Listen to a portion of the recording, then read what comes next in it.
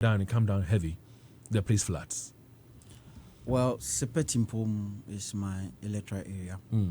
And if you look at the topography of Sepe Tinpom, you have some bit of hill and then some valley. The community lies a bit of uphill, and the majority of the community also lies downhill. So where the sister stream passes, most people have their houses along that stretch. So anytime it rains, rains will always go downwards, and the rains will just get to these people lying whose houses are lying on the lowlands, and then they just by the stream, and then we'll have the floods occurring all the time. How long have you guys had to battle with this flood situation? How many years now? It's been long. I can't even give the exact years or dates. And so when you say it's been long, yeah, it means that every year it rains, you have flood situations to contend with. And yet we have leaders. And with all these years, nothing has been done to be able to fix the problem. Dave, there was once a desilting activity that was carried out by the Municipal Assembly sometime past, somewhere 2016 thereabouts. 2016? Yes. We're in 2021. Yeah. And that very year, we did not experience those floods. Okay. But since we stopped that desilting activity. You are the assemblyman for the area. Why do you think that the silting has stopped? Knowing the situation you find yourself in, when the rains are about to set in, why don't you find ways and means of getting the drains desilted? Most of these activities boils down to finance. And my sole responsibility is to push this forward to the assembly. And on several occasions at the committee level and at the General Assembly meetings, we've been pushing this idea forward that anytime we are in the dry season, we should make effort to desilt these drains. But we've been hammering, and this thing is going unheeded. And there's little that I can do as an assembly. And some time past, the citizens even organized that we had wanted the support of the assembly for us to carry on with that activity, but we have less. You say you keep pushing, yes, but you don't have the finance, yes, to desilt the drain. Yes.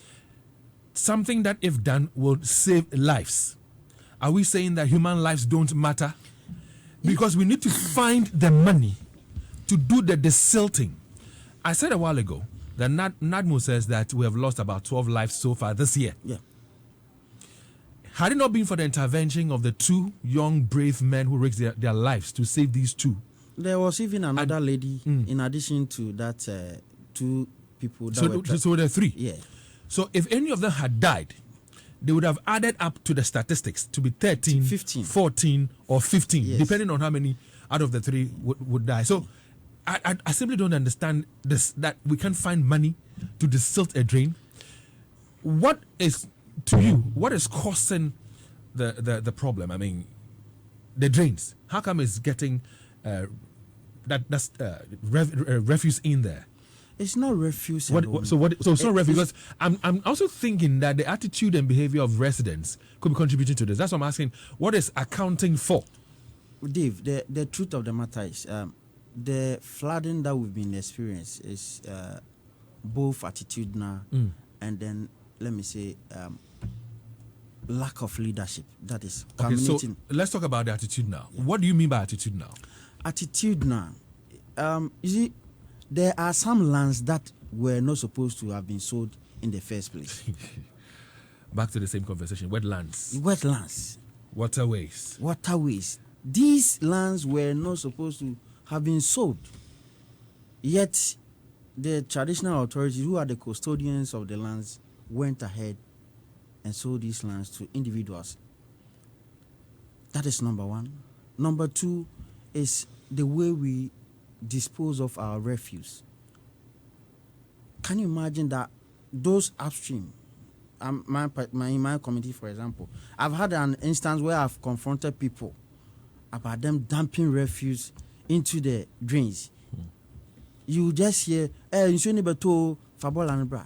That kind of attitude we can't control. As an assemblyman, what have you been able to do about it? I mean, it falls within your yes, powers. There was an instance I had to even call on the environmental. I reported some people, and they were taken to court, and they were charged for that particular attitude. What about, let's say, reorienting them, educating them to understand that, listen, the fact that they would dump refuse into the drains is part of the problem that causes the floods.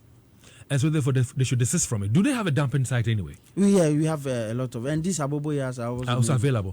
So have you engaged with them? Have you spoken to their minds and their hearts to be able to appreciate what harm they are causing to the environment? We have an information center in my community, and there have been instances where I've been on this information center to tell them some of the effects of their actions and inactions and the repercussions it has on all of us.